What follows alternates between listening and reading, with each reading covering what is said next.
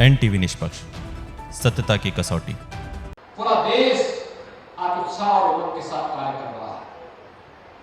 अयोध्या धाम में आपने देखा होगा, एक महीने में 65 लाख श्रद्धालुओं ने दर्शन किया। 65 लाख श्रद्धालुओं ने। आप लोग कितने लोग आप में से गए अयोध्या? और लोग कितना जाने के इच्छुक हैं अयोध्या?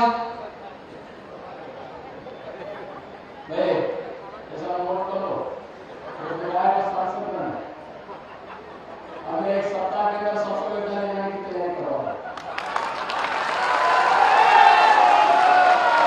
सबको दर्शन करो। चुनाव की घोषणा के पहले ये सब लोग दर्शन करके आ जाए। एक बार जाके देखेंगे 500 वर्षों के बाद अयोध्या के लिए, जिस अयोध्या के लिए 1990 के दशक में आंदोलन होते थे कि रामलला हम आएंगे, मंदिर वही बनाएंगे, और अब तो रामलला भी आ गए हैं, तो कम से कम दर्शन करके तो जाएंगे। ये व्यवस्था करो।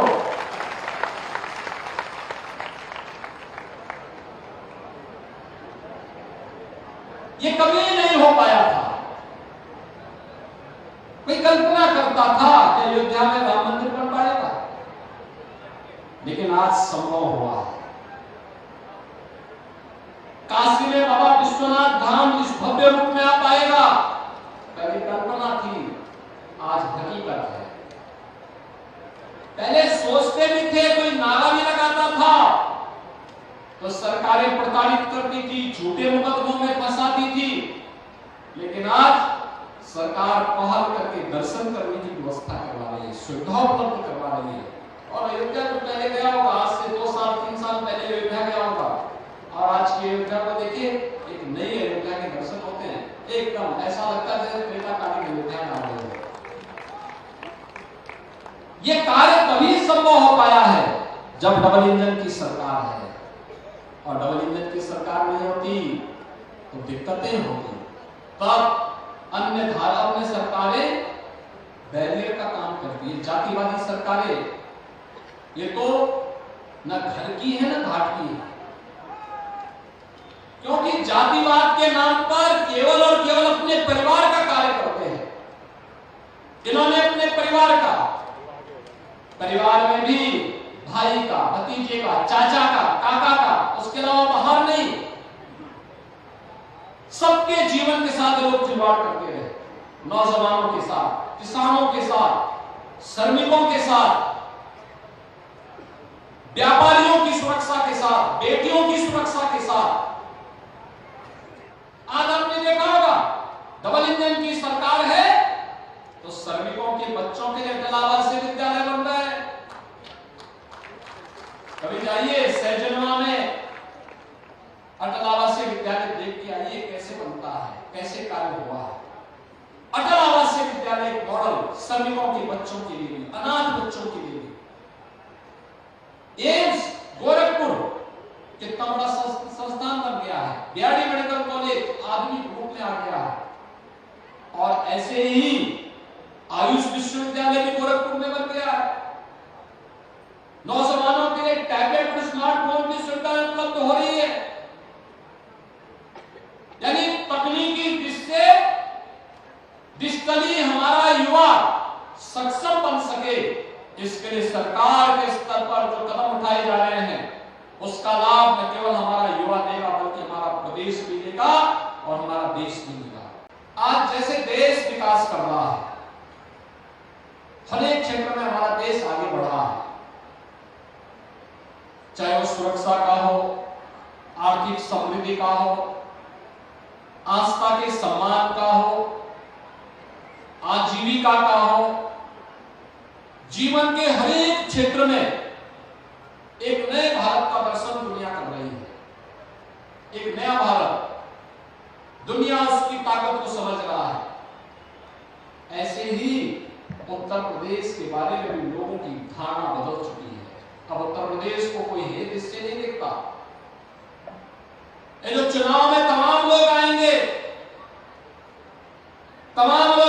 कोई जाति का सहारा लेगा, कोई झूठे वायदे करेगा, लेकिन हम लोगों ने जो कहा था वो करके दिखाया है, और जो कहेंगे फिर उसको करके दिखाएंगे।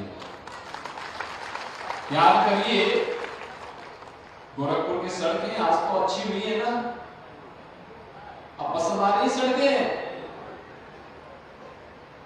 ऐसे ही गोरखपुर में एम्स प्रारंभ हो गया है ना, फर्टिलाइजर का कारखाना प्रारंभ हो गया है ना, पिपराइच में चीनी मिल चालू हो गई ना, ये रामगढ़ ताल की तरफ आने वाली सड़कों के चौड़ीकरण का कार्य अब केवल रवि किशन की फिल्मों के लिए ही नहीं, आप भी परिवार में कोई मेहमान आ जाए तो घुमाने के लिए लेके जाना है तो रामगढ़ ताल की तरफ भी घूमने के लिए आपके लिए स्थल हो गया है। इसकी बगल में जू भी है, प्राणी उद्यान, चिड़ियाघर भी है। क्या नहीं है आज के दिन में गोरखपुर में? सब कुछ आपके पास मौजूद है, और इन सभी आवश्यकताओं को पूरा करने के लिए कुछ कार्य चल रहे हैं, कुछ कार्य भी प्रारंभ होने जा रहे हैं, जिसमें पूरे जनपद के हैं। कौड़ीराम बिस्पुर मार्ग बहुत दिनों से मांग हो रही थी, आज उसका शिलान्यास हुआ। मेडिकल कॉलेज रोड से एचएन सिंह चौराहा होते हुए, हुमायूंपुर होते हुए गोरखनाथ मंदिर के गेट तक इस मार्ग के चौड़ीकरण और हवा पाठक में फ्लाईओवर, ऐसे ही अन्य स्थानों पर भी जहां जहां आवश्यकता थी उन सबको आज स्वीकृत करके फिर से गोरखपुर वासियों को उपलब्ध करा दिया गया है। खेल की सुविधाएं हो या बाढ़ के बचाव के लिए राप्ती नदी के तटबंधों की सुदृढ़ीकरण के कार्य को पूरा करने या उनके शिलान्यास के कार्यक्रमों को आगे बढ़ाने, ये सभी कार्य आज इसमें समाहित किए गए हैं। अन्य कार्य भी हैं जो गोरखपुर के लिए उपयोगी हो सकते हैं, गोरखपुर को एक नई पहचान दिला सकते हैं। और ये पहचान इसलिए और ये कार्य इसलिए संभव हो पा रहे हैं क्योंकि उत्तर प्रदेश में डबल इंजन की सरकार है। डबल इंजन की सरकार डबल स्पीड के साथ चलती है, उसकी ताकत का एहसास हर एक व्यक्ति को है, और उस स्पीड को कहीं बाधित नहीं होने देना है। इसके लिए हम लोगों को प्राण से जुड़ करके, जैसे 2014 में, जैसे 2017 में, जैसे 2019 में, जैसे 2022 में उत्तर प्रदेश की जनता जनार्दन ने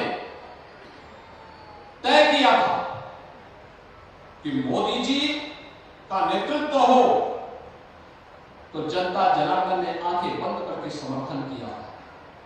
ऐसे ही 2024 में तीसरी बार भी फिर मोदी सरकार होगी।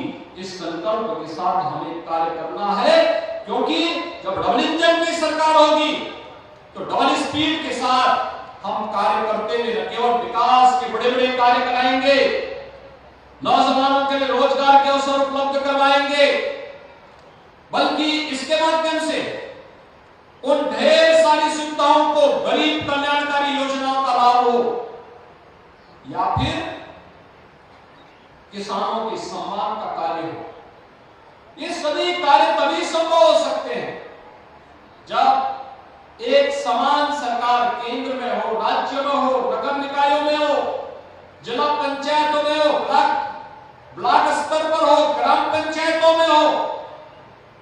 योजना को स्मूथली वहां तक पहुंचने में फिर देर नहीं लगती, और नहीं तो पग पग पर बैरियर का काम करते हैं लोग। बैरियर नहीं चाहिए हमें, उसको ब्रेक थ्रू चाहिए, आगे बढ़ाने वाला होना चाहिए, तेजी के साथ आगे बढ़ाने वाला। और उस ब्रेक थ्रू के लिए आवश्यक है कि फिर से तीसरी बार मोदी जी के नेतृत्व में डबल इंजन की सरकार केंद्र में बने, मोदी जी के नेतृत्व में भारतीय जनता पार्टी की सरकार बने। इसके लिए विकास की योजनाओं का लाभ अनवरत रूप से आने वाली पीढ़ी को भी प्राप्त होता रहेगा। इसी के लिए आज एक बार फिर से मैं गोरखपुर में आया हूं।